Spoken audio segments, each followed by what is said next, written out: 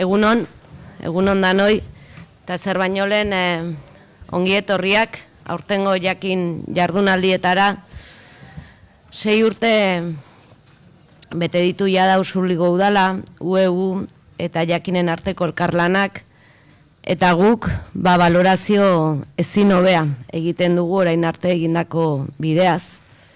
Emaitza zinez oparoa izan da, emaitza bikaina izan da, eta horea da guretzat unibertsitate ikastaro baten kokagune izatea gure herria.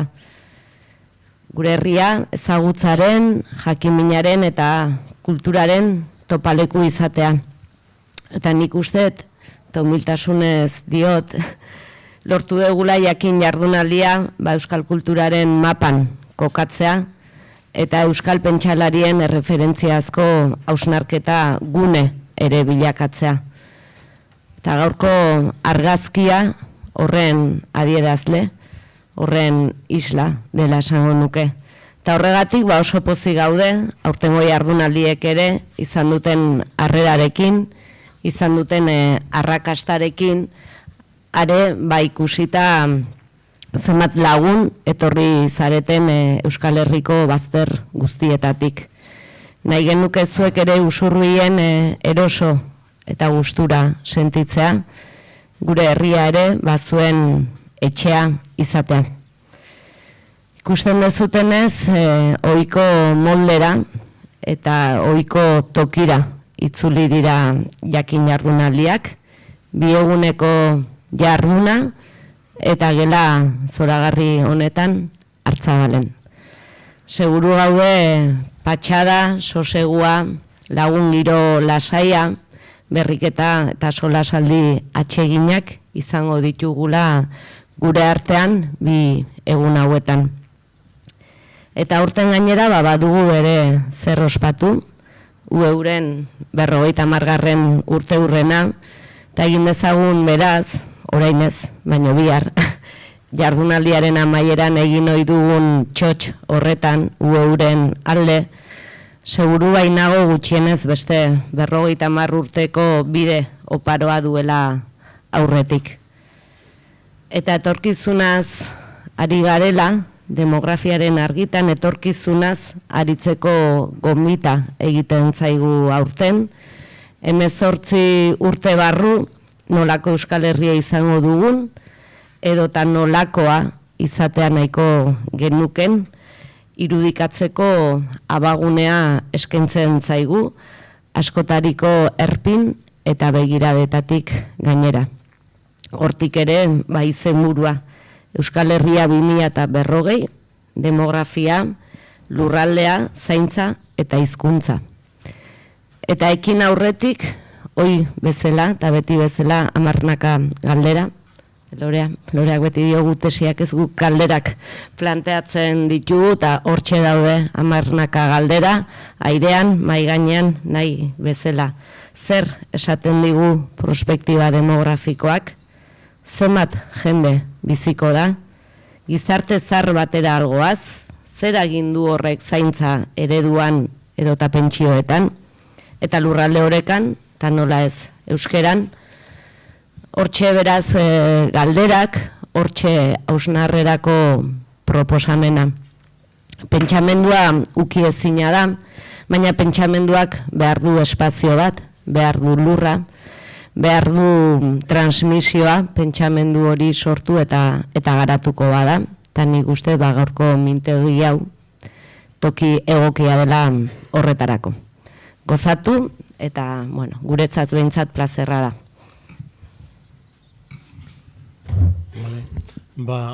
Udako Euskal Unibertsitatearen aldetik ongi etorri gure 50. udako ikastaroen jardunaldi honetara. Orain dela 50 urte jakinek lehenago ere badaki, Euskara eta unibertsitatea, Euskara eta gogoeta etxeuden oso ondo lotuta, baina 50 urte eta gero frogatu dugu hori posiblea da. Unibertsitateko gai guztiak landu daitezke naturaltasun osoan eta zehaztasun osoan euskaraz ere bai. Eta hori frogatu dugu modu askotara. Gaur unibertsitatean graduak egin daitezke euskaraz. Udako Euskal Unibertsitateak argitaratu ditu ia 500 liburu unibertsitateko gaiei buruz. Inguma datu baseak esaten du guztira UEUk 500, baina denen artean 2000 baino gehiago dira liburuak. Noski, hor beti dago jakinen lekukotza, jakin lehenago hasi zen UEU baino. Eta hor gaude. Euskara Batua sortu berria zanean, jakinen apostua izan zen oso importantea, hori unibertsitatea euskara lantzeko funtseskoa izan zen, eta orduan Euskara Batu hori tresna bezala hartuta unibertsitatera eraman dugu. Frogatu dugu posiblea dela. Gauza polita dauzkagu inguruan, ikergazte kongresuak bezala. 2 urterik behin azkeneko 5 urtetan, bildu ditugu 200 ikertzaile euskeraz tesia egiten dutenak eta zoragarria aurkezten dituztela hori modu komunikatibo eta erakargarrian jendeen aurrean hori. Euskara plaza horretan dago. Nonbait gure lehenengo idazkaria izan zen Manes Goyenetxek, harek esaten zuen UEUk ez dituela ametsak edozein amets planteatzen. UEUk egiten dituena da amets lorgarriak. Eta hori frogatzen ari gara momentu honetan, eta bar. 50. urte urren hori ospatzerakoan, gure leloa, gure helburua ez da atzera begira geratzea, alderantziz. Gure helburua da hausnarketa eta elkarlanaren bidetik aurrera begiratzea, planifikatzea zer egin behar dugu urrengo 50 urtetan euskara eta unibertsitateak herri honen motoreak izan daitezen. Eta orduan 21 jardunaldi aurkezten ditugu aurten, udako ikastaroetan. Batzuk sortu dira gure sailetatik, guduko sailetatik. Baina beste batzuk, kasu honetan bezala, ateratzen da UEUk 50 urte horietan izan dituen erakunde bidaideekin. Noski, jakin. Egin ditugu beste batzuk elkarrekin, ikastoleekin, kontseiluarekin eta bar. Baina, badira urte batzuk hemen gaudela eta hemen dauzkagu 2 elementu, bidelagun ikaragarriak. Oso pozik gaude, elkar egiten dugula alde horretan, eta gaur hemen, 3 erakunde hauen artean, gara 50 urteko ibilbideko beste katebegi batzuk. Oso importantea doritea eta etorkizunari planteatzea. Hausnarketa esan dugu lehen, hausnarketa nola ez, jakinekin, eta orduan Euskal Herria 2040an nolakoa izango den aztertu nahi dugu. Hori interesatzen zaigu ikuspuntu zientifikotik, baina UEUri ere interesatzen zaio ikuspuntu praktiko. Guk egin nahi ditugun urrengo pausoetan online graduak eman nahi ditugu. Eta demografiak horrekin zertan dago horretan batera, importantea da, kezka da. Baina orokorrean gaurko jardunaldi honetan, esan duzun bezala, aztertu nahi dugu lurralde oreka, hizkuntzaren bizibirritzea, ongizate politiken eta zaintza ereduen demokratizazioa, hori nola bideratu dezakegu. Eta hausnartu nahi dugu elkarrekin. Hoxe. Eskerrik asko Kepa, eskerrik asko Agurtzane, ongi etorri guztioi. Plazer bada zuedenak hemen ikustea, bai izlari eta bai parte hartzaile. Guztion artean egingo dugulako. Saiatuko gara espazio seguru, lasai, goxo, epairik gabeko bat sortzen eta guztiok hitza izan dezagun albideratzen. Lehenik eta behin urte betetzea egiten du nahi, zorionak UEU, 50 urte, jakin bezalako zahar batek, gazte izan nahi duen zahar batek, baten partetik zorionak. Eta zorionak aurten ikaragarrizko programazioa egin duzuelako, makinak topera jarri eta esan ikaragarria ze gitarau antolatu duzuen gu esaila eta bueno, egin dituzuen festa aurkezpen guzti horiek, bueno, harrigarria izan da eta bueno, zorionak lan egiteko duzuen moduagatik, bai? Beti mimoz, beti humorez, beti profesionaltasunez eta beti militantziaz. Eta bueno, laboiek segurazki eskutik helduta egin behar ditugu guztiok, ezta? Eta mila esker Usurbilgo udalari. Eta urtero esaten dugu, baina errepikatzen dut. Balioan jarri beharrean nago, edo gaude, jakinetik Usurbilgo udalaren, eta bereziki Agurtzane Solabarreta alkatearen lankidetza eta implikazioa jardunaldi hauetan. Bai antolakuntzan, bai bertan lantzen dien gaiekiko konpromisoan, eta baita ere udalari eta Usurbilgo herriari, Usurbil badelako herri bat nun askotan, gertatu zaigun bezala, hemen lantzen ditugun pentsamendu, teoriak edo, gero praxian edo praktikan ikusteko leku egoki bat. Dagoeneko, hainbat gaitan, hasi direlako gauzak egiten, ezta? Eta aurtengo gure gaiarekin, bete-betean lotzen da, herrian martxan dauden hainbat ekimen. Beraz, eskerrik asko, herriari eta udalari. Eta, bueno, abiatu ingo gara, gaiari helduko diogu, orduan, pasa entzutera nahi baduzue, Bueno, nik sarrera labur bat ingo dut, Agurtzanek esan bezala galderak, planteatuko ditut, eta, bueno, galderak edo ideiatxo batzu zuzenak izango dira, beste batzuk ez, ze aitortu behar dut, demografia ez dakidala nik asko. Eta, bueno, beste gai batzu planteatu izan ditugunen jardunaldi hauetan, bueno, xe-oxe kontrolatzen nuelakoan.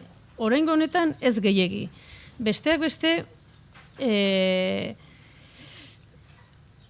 sensazio bat dudalako, bueno, sensazio bat edo, alde batetik etorkizuna zer nolako izango den esaten dugunean, neurri batean ari garelako horrela izan dadin bermatzen edo horretara eramango gaituen gaur egungo egoera eta politikak legitimatzen.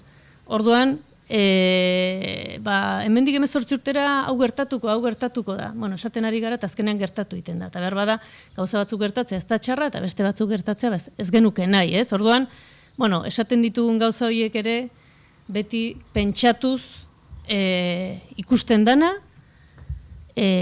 aldatu litekela. Eta gutxienez, jakin, zer nahiko genukeen, bai? Eta hori egiteko bideak topatzea. Egia da ziurgabetasun garaiak bizi ditugula. Segurazki humanitatearen historian askotan gertatu da hau. Baina gu orain eta hemen gaude eta iruditzen zaigu hauxe dela. Momentu esango dugu segurtasun gutxien dugun momentua, bai? Pandemia batetik irten da eta Europan gerra berri bat piztuta demagun, ez? Agian horrek prospektiba datu guztiak ere hankaz gora jarri ditzazke, ezta? Horrelako fenomenoek.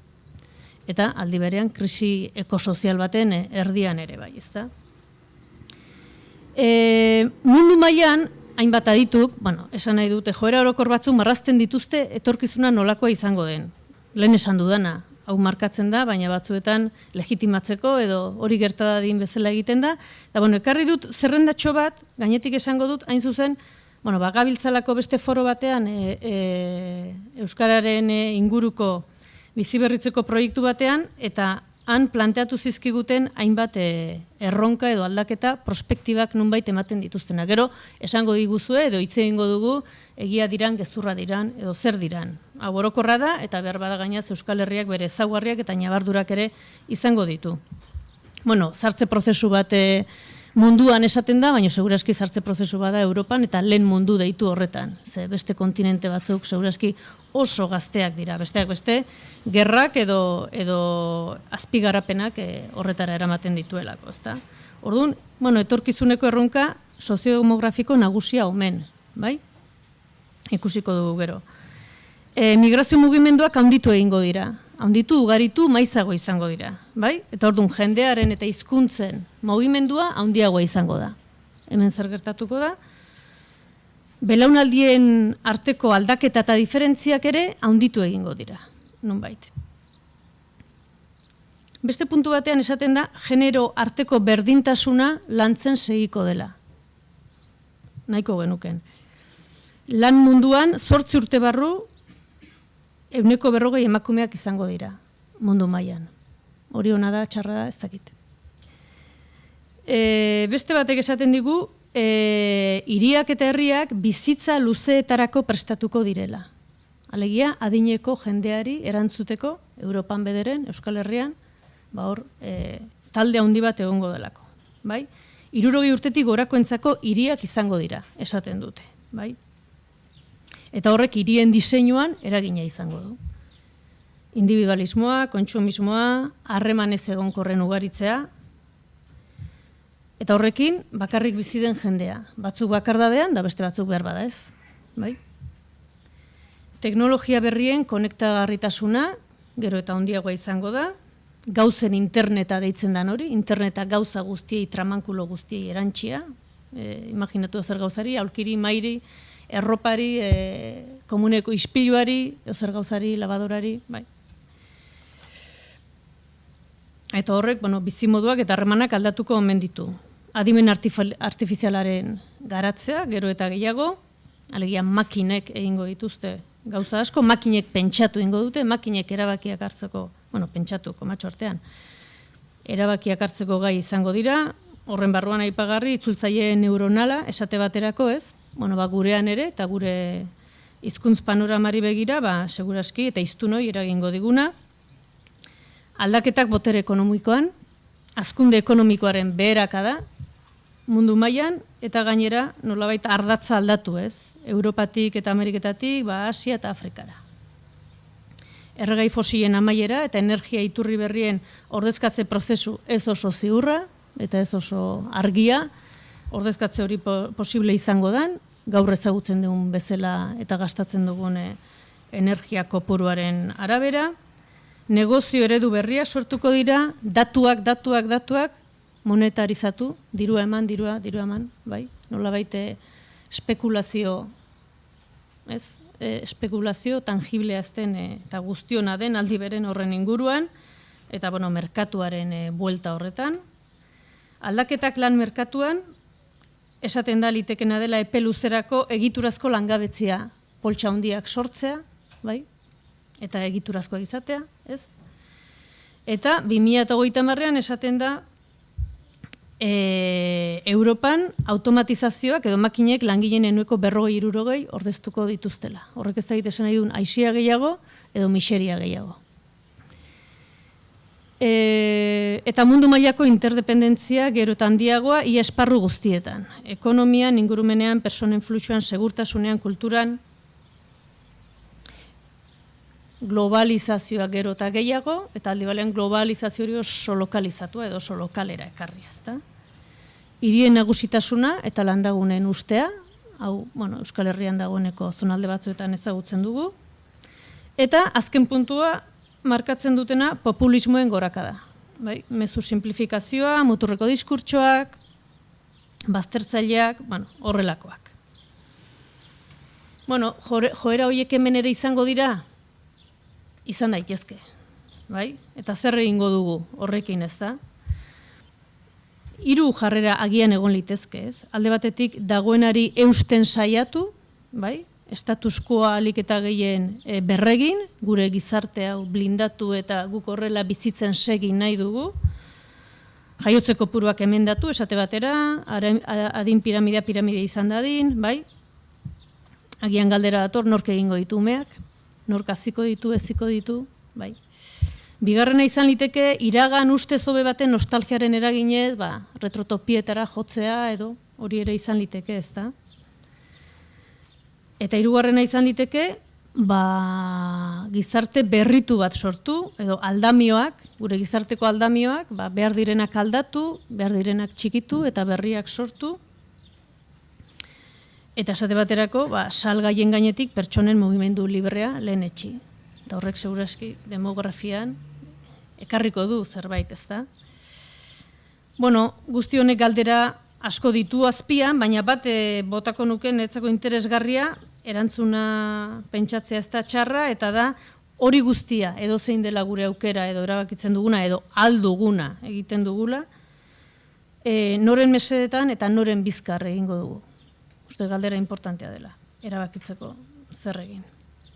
Bueno, Euskal Herria, 2040, aurtengo kokalekua, jarri 18 urte barru egongo bagina bezala Usurbilen Euskal Herrian, alegia lehen galdera egin barko geniokena, eta behar bada norbaitek egin duta 18 urte barru zenbat urte izango ditugu.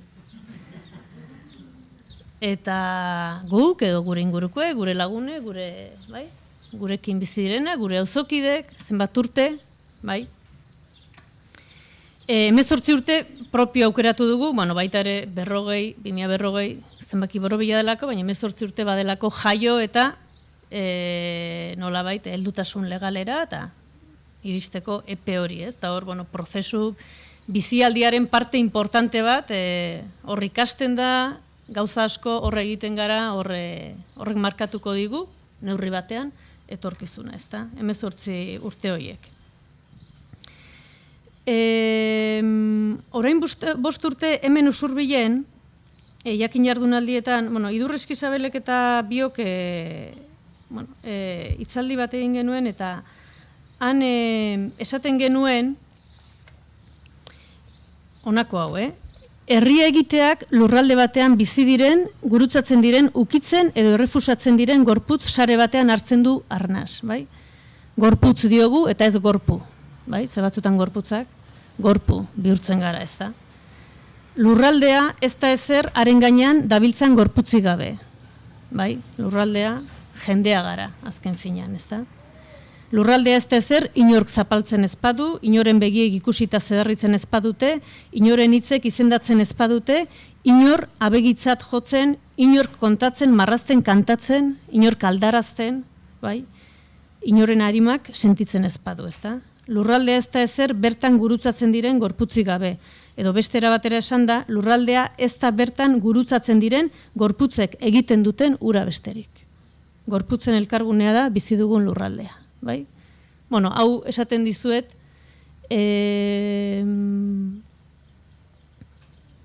hori azpimarratu nahiko nukelako, ez da? Guzti honetaz hitz egiten dugunean gutaz ari garela, pertsonez, hemen lurralde honetan, egongo garen, etorriko diren, joango garen, hor gertatzen den guzti horretaz, ez? Eta hori dela, benetan lurraldea eta mamitzen den, bai lurraldea, bai demografia, guztia mamitzen dan tokia. Eta, ideia importantea iruditzen zaigu guri, lurraldea horrela ulertzea, ez hainbeste mapa bat baizik eta nor gaude hor eta zertan ari gara, bai? Eta gero, pixka bat egingo dugulako alako, talde txikietan bildu, eta olako, galdera batzuk erantzun, edo pentsatu, edo imaginatu etorkizuna, eta, interesgarri utzi zaigu ideia honetatik abiatzea, bai? Jendeok, guk, datozenak ez daudenak, ikuste ez ditugunak, baina badirenak, zer egingo dugu, ez da? Iruditu zat, eta pentsatzen jarrita, azken 2017ko jardunaldi hartatik ona, hainbat jardunaldi egin ditugu, orduko ura feminismoaren gainean izan zen, hizkuntza jatorria eta klasaren bueltan, gero egin genuen 78ko iraultzaren 50. urte hurrena, ondoren maitasun politikoaz jardun genuen, eta 20an pandemiaz eta mundu berriez eta hitz egin genuen, da iaz larritasun edo krisi ekosozialaz eta desazkundeaz hitz egin genuen, eta, beti galdera berdinekin gabiltza. Leku diferentetatik helduta, baina gauza berdina esaten, esaten ez, auzi berdina planteatzen, ez da? Alegia, krisian gaude, krisi batean gaude, eta horrekin zer egingo dugu, eta nora joan nahiko genuk, ez da? Jardunaldi horietako batean, Joseba Azkarragak esate zuen, Euskal Herriaren neurri egokia dela, nolabait globalizazioaren urraundi horietan galdu gabe, eraldaketa prozesuak martxan jartzeko. Bai? Nahikoa kohesionatua, nahikoa garatua, nahikoa zedarritua, nahikoa, bai? Orduan izan ditekela neurri bat, Euskal Herria, ez? Handiagoa behar bada ez da inerras edo beste modu bat egin marko litzateke, eta bueno, guk horretan sinisten dugu, behar bada Euskal Herria bada, lurralde bezala, geografia bezala, eta baita ere, bueno, bertan ditugun, geure hainbat ezaugarri propioak, ez? Izan liteken bezala, euskara eta hizkuntza aniztasuna, izan liteken halako tradizio bat nolabait elkarlanean jarduteko, kontra ere bai, hori ere bai, baina, bueno, baditugu agian zume batzuk, gure historiak edo ekarri gaituztenak, eta, bueno, batzuk erreskatagarriak izango dira, eta beste batzuk, zaborretara botatzekoak zuzenean, ezta? Bueno, hau esan da, eta Euskal Herriaren markoa jarrita, basiko gara, bueno, guazen jeistera Euskal Herrira, xeetzera, eta gure jakinda joera orokorrak ere hemen badirela, eta bertakoak eta batzuak guk produzituak eta danan hasten dela, guazen Euskal Herria hitz egitera. Jardunaldien dinamikaz bi xehetasun, izlari bakoitzaren ondoren tarte bat irakiko dugu, galderak egiteko, lasai egin galderak, 10 minutu dena dela, eta goizean bukatzeko egingo dugu gero talde txikietan bildu eta horrelako ariketa bat, bai? Orduan hor ere izango da aukera hitz egiteko, iritzia emateko, galdera planteatzeko, bai? Baina izlari bakoitzari behar bada esaten ari den horren inguruan zehazki galdetu nahi zaiona galdetzeko.